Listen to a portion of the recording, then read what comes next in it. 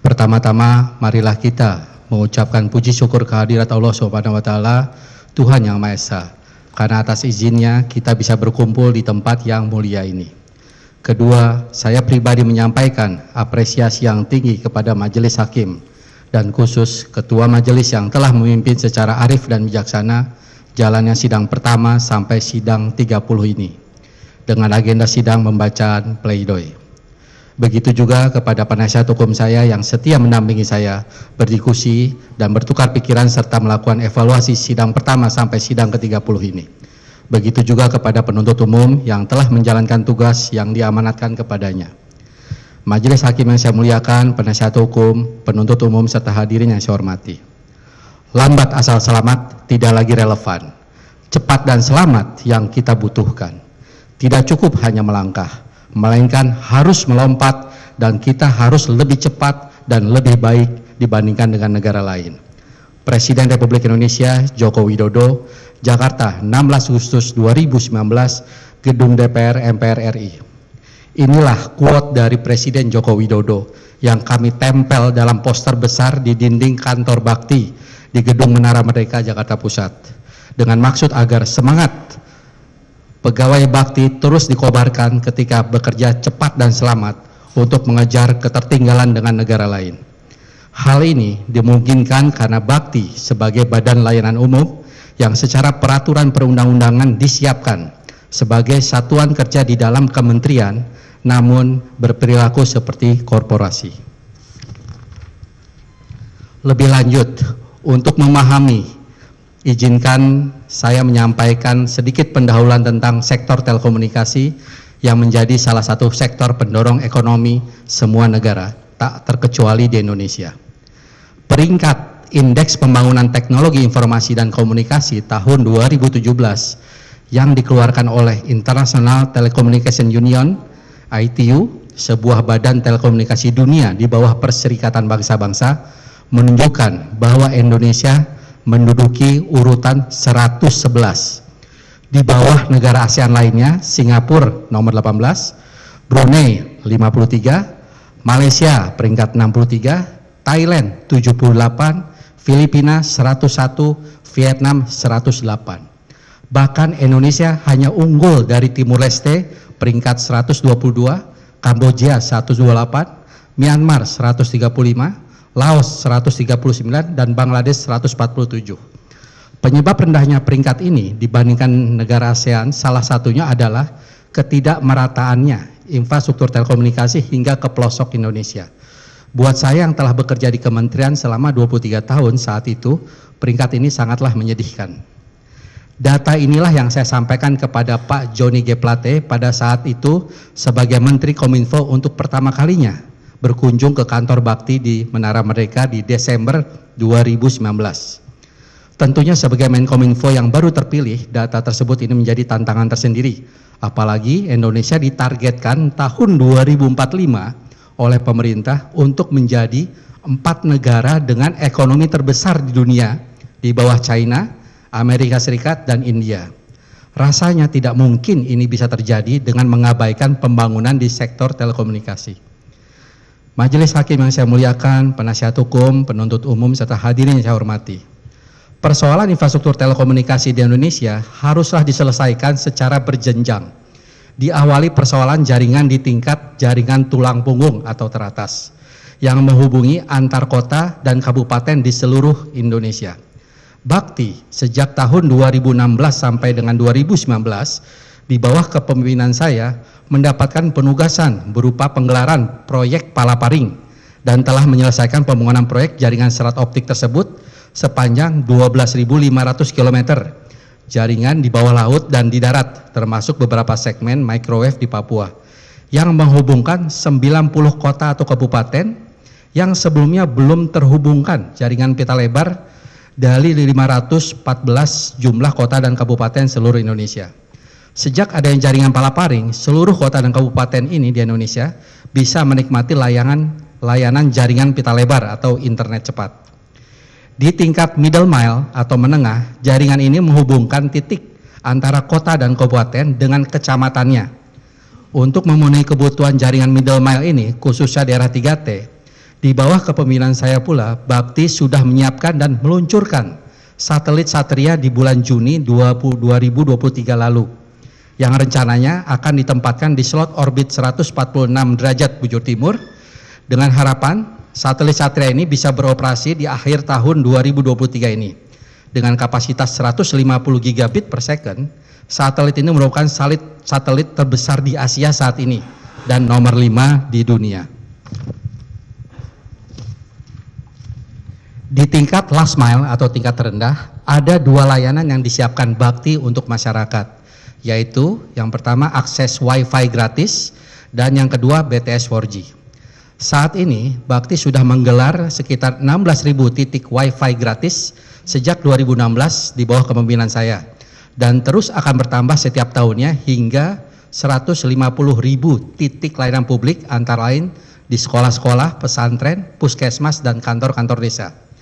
Program BTS 4G juga sudah diinisiasi sejak 2016 dengan skema sewa layanan OPEX dan sudah terbangun 1.682 yang kemudian dilanjutkan di era Menteri Johnny Gerard Plate dengan menargetkan 7.904 lokasi di periode tahun 2021-2022. Dari seluruh proyek telekomunikasi yang berjalan dalam periode 2016 sampai dengan 2022, proyek BTS 4G lah yang paling kompleks. Jaringan BTS 4G inilah yang langsung diterima layanannya oleh masyarakat. Oleh karena itu, pembangunan proyek ini syarat juga dengan isu sosial. Majelis Hakim yang saya muliakan, penasihat hukum, penuntut umum, serta hadirin yang saya hormati. Ketidakmerataan infrastruktur telekomunikasi, khususnya layanan seluler BTS 4G, mulai mencuat di media ketika pertama kalinya di bulan Februari 2020, Wakil Menteri Desa dan Pembangunan Daerah Tertinggal menyampaikan di berbagai media bahwa ada 15.000 desa yang belum mendapatkan layanan internet di Indonesia, sehingga berpotensi menghambat pembangunan desa. Tak lama berselang dari pemberitaan ini, sekitar Maret 2020, badai pandemi COVID-19 mulai terjadi di Indonesia. Untuk mencegah situasi lebih buruk, pemerintah menetapkan pemberlakuan belajar dan bekerja dari rumah. Ternyata tidak semua masyarakat berkesempatan untuk bisa melakukan bekerja dan belajar dari rumah karena ketiadaan sinyal 4G seluler untuk layanan internet. Media mulai meliput adanya kejadian bukit sinyal atau pohon sinyal, di mana masyarakat harus naik ke bukit atau ke atas pohon demi mendapatkan sinyal seluler agar bisa menjalankan bekerja dan belajar dari rumah. Pasca kejadian inilah Menkominfo memerintahkan kami di jajaran kementerian untuk menghitung ulang berapa jumlah desa yang belum mendapatkan sinyal seluler 4G.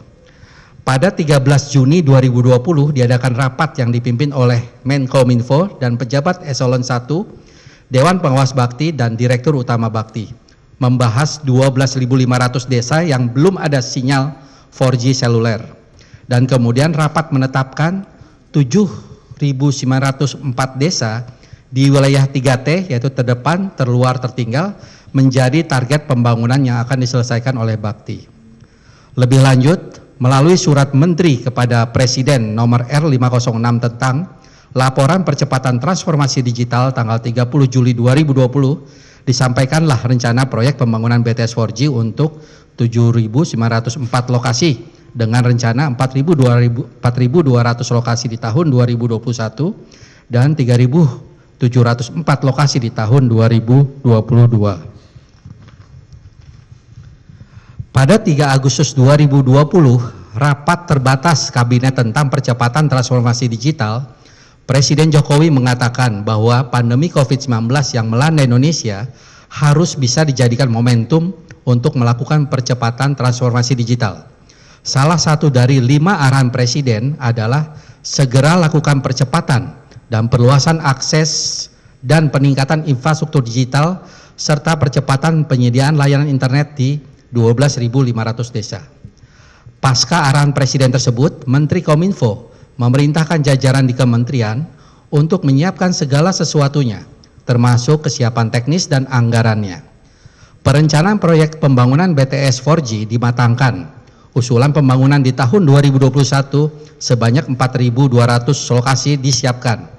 Berbagai sumber anggaran untuk mendukung kegiatan ini disiapkan bersama Sekretariat Jenderal. Kemudian diputuskan 2 sumber anggaran disiapkan yang berasal dari rupiah murni sebesar 6,89 triliun untuk 2.417 lokasi dan dari PNBP Kominfo sebesar 5,53 triliun rupiah untuk 1.783 lokasi. Majelis Hakim yang saya muliakan, penasihat hukum, penuntut umum, serta hadirin yang saya hormati. Segala upaya percepatan dilakukan agar pekerjaan dapat selesai, agar masyarakat mendapatkan layanan internet secepatnya. Sebagai badan yang menetapkan pola keuangan Badan Layanan Umum, Bakti memiliki fleksibilitas sesuai peraturan dan perundang-undangan. Inilah yang saya manfaatkan, termasuk penggunaan skema pengadaan baru yang terintegrasi dari proses survei, dari proses perencanaan, survei, konstruksi, hingga operasional.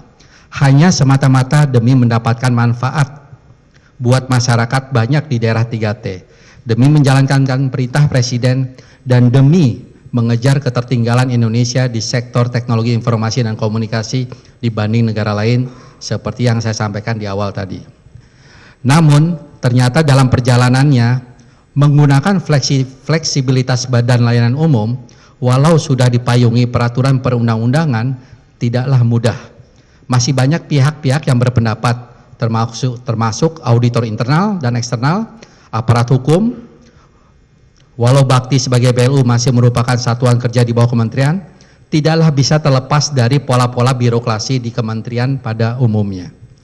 Padahal Bakti sebelum kasus hukum ini adalah BLU percontohan dari lebih 250 BLU yang ada saat ini.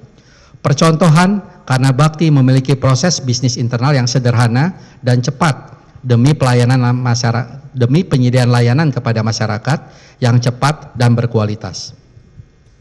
Kami berpendapat bahwa proses perencanaan dan proses pengadaan BTS 4G sudahlah berjalan baik.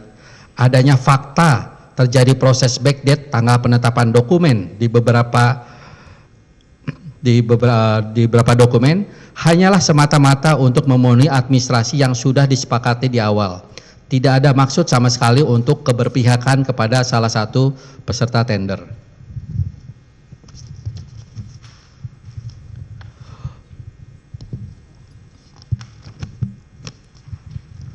Proses implementasi adalah tahapan paling kompleks.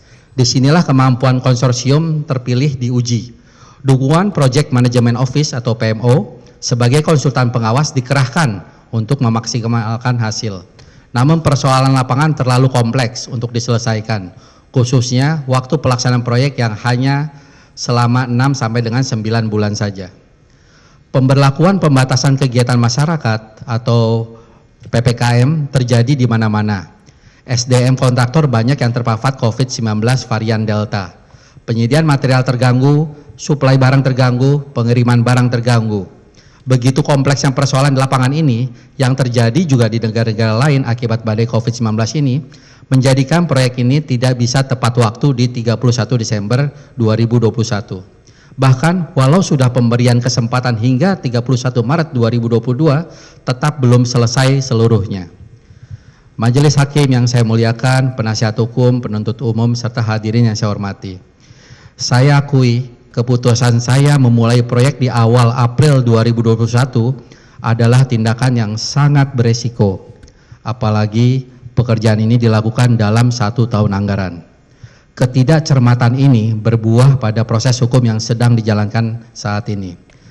Namun, dengan pertimbangan terbaik saat itu, 1 April 2022, dengan perkembangan fisik proyek mencapai 85%, keputusan bersama saya selaku Direktur Utama, Direksi, dan Kepala Divisi selaku Manajemen Bakti, dan penjabat membuat komitmen PPK untuk tetap melanjutkan proyek dengan kontrak baru adalah sebuah keputusan besar dan beresiko, semata-mata agar negara terhindarkan dari kerugian yang lebih besar lagi. Namun keputusan ini memiliki harapan untuk merubah potensi kerugian yang terjadi saat itu karena pekerjaan belum selesai menjadi sebuah manfaat yang ditunggu oleh masyarakat sekitar lokasi pembangunan. Fakta persidangan mendapatkan informasi dari saksi Direksi Bakti bahwa hingga kini dari 4.112 lokasi yang semula 4.200 lokasi, 3.175 lokasi atau 77%-nya sudah on air, dan 667 lokasi atau 16%-nya diantaranya kahar karena gangguan keamanan. Bahkan dari saksi perwakilan konsorsium menyampaikan bahwa seluruh lokasi kecuali lokasi kahar, yaitu 3.445 lokasi, sudah semuanya selesai. Adanya perbedaan ini karena saat ini tidak ada kontrak kerja tahun 2023 antara Bakti dan konsorsium pelaksana, sehingga mekanisme berita acara pekerjaan tidak bisa dilakukan. Fakta ini tentunya sangatlah menggembirakan buat kami, karena tugas kami untuk menyelesaikan proyek dan memberikan layanan masyarakat bisa segera berjalan, walau kasus ini tetap berlanjut, kasus hukum ini tetap berlanjut. Majelis Hakim yang saya muliakan, penasihat hukum, penuntut umum serta hadirin yang saya hormati, adanya perhitungan kerugian negara yang dilakukan oleh BPKP membuat saya terheran-heran. Bagaimana bisa institusi sekelas BPKP melakukan kecerobohan besar dalam melakukan perhitungan ini? Banyak asumsi-asumsi yang dilakukan tidak sesuai dengan fakta dan pengabaian perhitungan komponen. Padahal hal tersebut sangatlah penting. Perhitungan tersebut berujung adanya kerugian negara sebesar 8,03 triliun rupiah. Padahal sesuai fakta persidangan, Bakti baru membayarkan 7,7 triliun rupiah saja untuk seluruh pekerjaan per 31 Maret 2022 dengan status 1.755 lokasi on air, 1.112 lokasi diantaranya sudah PHP dan progres fisik mencapai 85%. Izinkan saya ulangi sekali lagi, karena di luar nalar sehat kita dan untuk memberikan penekanan, proyek senilai 10,8 triliun rupiah atau sebesar 9,5 triliun rupiah neto setelah dikeluarkan perhitungan pajak per 31 Desember 2021 telah dibayarkan 100% dengan jaminan bank garansi. Per 31 Maret 2022 setelah memperhitungkan pengembalian akibat pekerjaan tidak selesai, perhitungan negara hanya membayar 7,7 triliun rupiah. Namun perhitungan oleh BPKP terjadi kerugian 8,03 triliun rupiah sebagai kerugian negara. Bagaimana mungkin kerugiannya melebihi jumlah yang sudah dibayar? Padahal kondisi per 31 Maret 2022 sebanyak 1795 lokasi on air, 1.112 lokasi diantaranya sudah BAPAP, dan mengabaikan 3.088 lokasi lainnya yang sudah mencapai progres fisik proyek mencapai 85%. Aneh bin ajaib. Hal ini tentu mempertontonkan bagaimana institusi sebesar BPKP melakukan kecerobohan besar untuk proyek prioritas nasional ini. Faktanya sampai dengan saat ini proyek jalan terus. Bahkan fakta persidangan menyebutkan bahwa Presiden Republik Indonesia telah memerintahkan kepada Menteri Kominfo baru untuk melanjutkan proyek ini hingga tuntas. Majelis Hakim yang saya muliakan, penasihat hukum, penuntut umum dan hadirin yang saya hormati.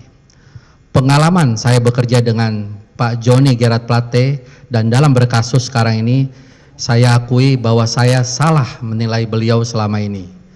Beliau yang saya harapkan bisa sebagai pemimpin yang mengayomi dan bertanggung jawab kepada anak buah, tapi dalam kasus ini ternyata terbukti beliau hanyalah seorang baik namun pengecut. Berlindung seolah-olah tanpa salah. Apa yang terjadi ketika eksekusi di lapangan menjadi sepenuhnya tanggung jawab saya menurut pengakuan beliau. Saya hanya bisa terdiam mendengarkan argumen-argumen yang beliau sampaikan untuk membela diri. Saya akui beliau seorang politisi ulung. Mungkin adalah kesalahan besar saya tidak mengungkapkan keseluruhan kebenaran yang ada, karena semata-mata hati nurani saya terbentur dengan pikiran saya. Apakah akan menjadi lebih bermanfaat atau bahkan mendapatkan mudarat. Namun akhirnya saya sudah memutuskan bahwa saya tidak ingin melakukan sesuatu yang akan saya sesali seumur hidup. Publik dalam sidang ini dihadirkan sebuah kejadian yang menarik di luar inti pekerjaan proyek. bahkan sering menjadi headline news, yakni masalah aliran uang. Adanya sosok Dito Aryo Tejo, Menteri Pemuda dan Olahraga aktif saat ini, bahkan sempat dihadirkan di persidangan ini, menjadi berita menarik buat siapa saja yang menyimak. Adanya dugaan aliran ke Sadikin yang diduga terkait dengan BPK, dan Isra Yohan yang diduga terkait dengan Komisi 1 DPR RI, ke Saudara Edward Hutahian, Saudara Windu Aji Santoso yang diduga sebagai bentuk pemerasan, menjadi sisi lain menarik dari kasus ini.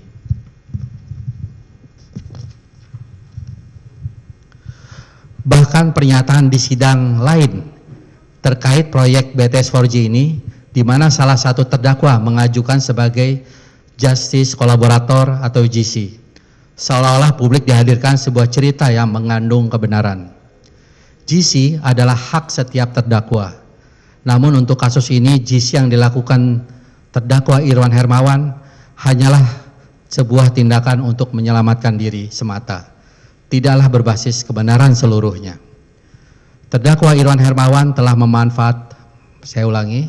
terdakwa Irwan Hermawan telah membuat skenario seolah-olah dirinya hanyalah seorang pengepul dan penyalur semata atas perintah seseorang. Sama sekali tidak mengambil keuntungan sedikit pun, padahal jumlah uang yang diterima mencapai 243 miliar rupiah. Cerita ini terasa manis sekali diikuti. Terdakwa Irwan Hermawan sangat pintar menyusun skenario hingga publik menikmati ceritanya. Tapi sayangnya cerita ini tidaklah berbasis kebenaran seluruhnya. Beberapa fakta yang saya ungkapkan berikut ini semoga memberikan beberapa pertanyaan agar publik tidak terbuai dengan cerita terdakwa Irwan Hermawan yang tidak berbasis kebenaran. Apa logikanya terdakwa Irwan Hermawan mengelola 243 miliar rupiah tetapi tidak ambil keuntungan sepeser pun? Bahkan tersangka Windy Purnama yang merupakan kurirnya terdakwa Irwan Hermawan justru mendapatkan fee 750 juta rupiah. Saya dan terdakwa Galumang Menak Simanjuntak tidak pernah tahu yang namanya filing kabinet, tempat terdakwa Irwan dan Hermawan dan tersangka Windy Purnama menyimpan uang. Tidak ada satupun dalam fakta persidangan bahwa seluruh kontributor, yakni Saudara Jamie Suciawan, Saudara Muhammad Rizky, Yus Rizky, Saudara Alfi Asman, Saudara Stefan Sutrisna memberikan kontribusi atas perintah saya kepada terdakwa Irwan Hermawan. Namun terdakwa Irwan Hermawan mengakui atas perintah saya. Sampai dengan persidangan, saya tidak pernah menyadari bahwa kontribusi begitu besar sudah dikelola langsung oleh terdakwa Irwan Hermawan. Dugaan saya bahwa Irwan Hermawan sangat pintar menjual nama saya dan menteri, seolah-olah adalah orang kepercayaannya, sehingga seluruh kontributor untuk memberikan kontribusinya ke terdakwa Irwan Hermawan, bahkan tanpa konfirmasi dari kontributor ke saya sekalipun. Dugaan saya juga kalau memang sejumlah tersebut saya meragukan sepenuhnya digunakan untuk kepentingan proyek. Terpikir bahwa ada kepentingan pribadi terdakwa Irwan Hermawan, tetapi sulit saya membuktikan karena memang saya tidak pernah terlibat dalam aksi pengumpulan kontribusi ini. Pertanyaan selanjutnya, lalu yang benar yang mana? Saya bisa simpulkan kebenaran hanya akan terungkap ketika terdakwa Johnny Gerard Plate, Galumang Menak Simanjuntak dan saya menceritakan semua padanya. Tanpa keserentakan, kebenaran sulitlah terungkap. Masing-masing tentu punya kepentingan dalam kasus ini. Justice Kolaborator yang telah diusulkan oleh terdakwa Irwan Hermawan menurut saya hanyalah sebuah skenario murahan yang tidak berbasis kebenaran seluruhnya. Nampak jelas tujuannya adalah menyelamatkan diri dengan merekayasa kebenaran sehingga merugikan saya merugikan saya dan terdakwa Galumang Menak Simanjuntak. Majelis Hakim yang saya muliakan, penasihat hukum, penuntut umum serta hadirin yang saya hormati. Penuntutan pidana oleh jaksa penuntut umum selama 18 tahun buat saya dan keluarga adalah seperti terjadi kiamat. Apalagi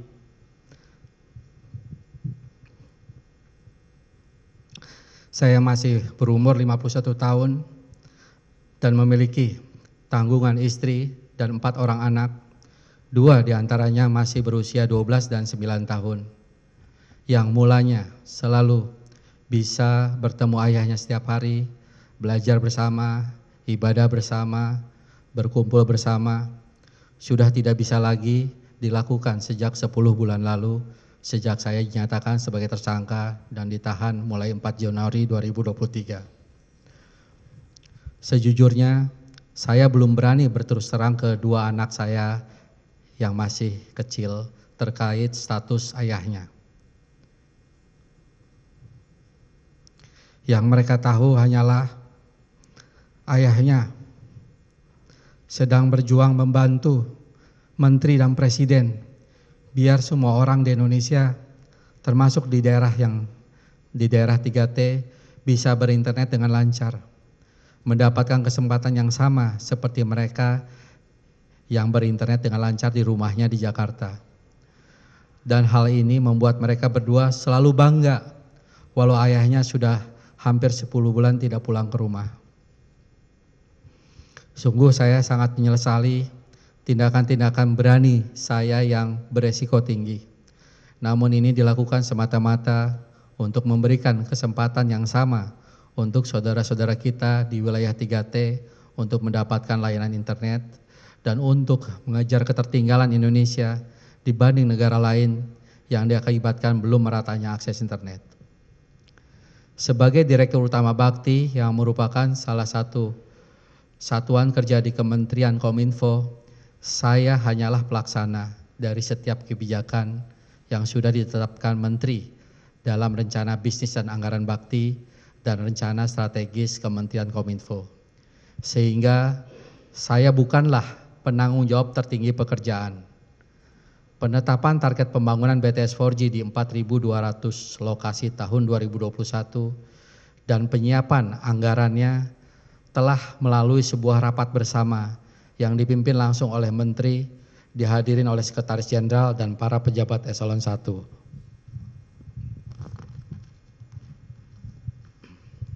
Saya akui keterlambatan pekerjaan yang terjadi disebabkan oleh banyak hal, namun yang paling utama adalah adanya PPKM secara serentak di berbagai provinsi Indonesia sekitar bulan Mei 2021 sampai dengan September 2021.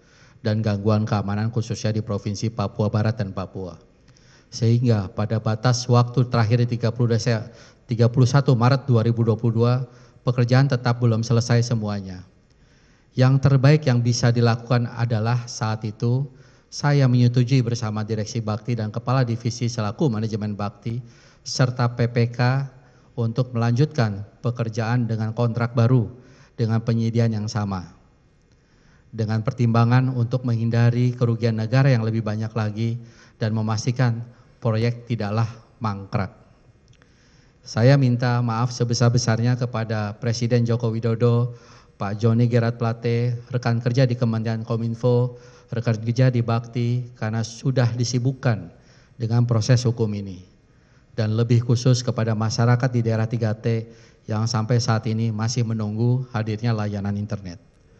Permintaan maaf ini juga saya sampaikan kepada keluarga besar saya, ibu saya, istri, dan anak-anak saya yang tetap ikhlas dalam menjalankan semua proses hukum ini. Saya juga hilaf dan menyesali pernah menerima uang selama pekerjaan ini sebanyak 5 miliar rupiah untuk membeli sebuah rumah. Saya hanyalah manusia biasa yang tidak bisa luput dari kesalahan-kesalahan.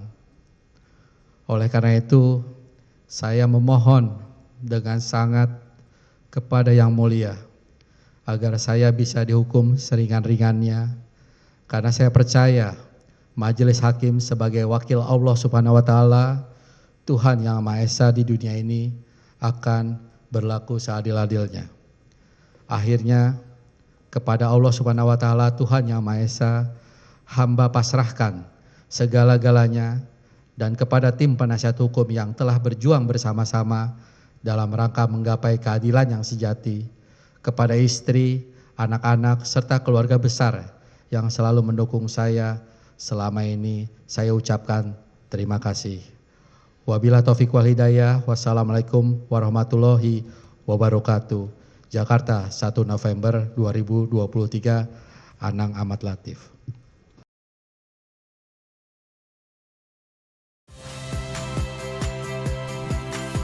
Saya Radi Saputro.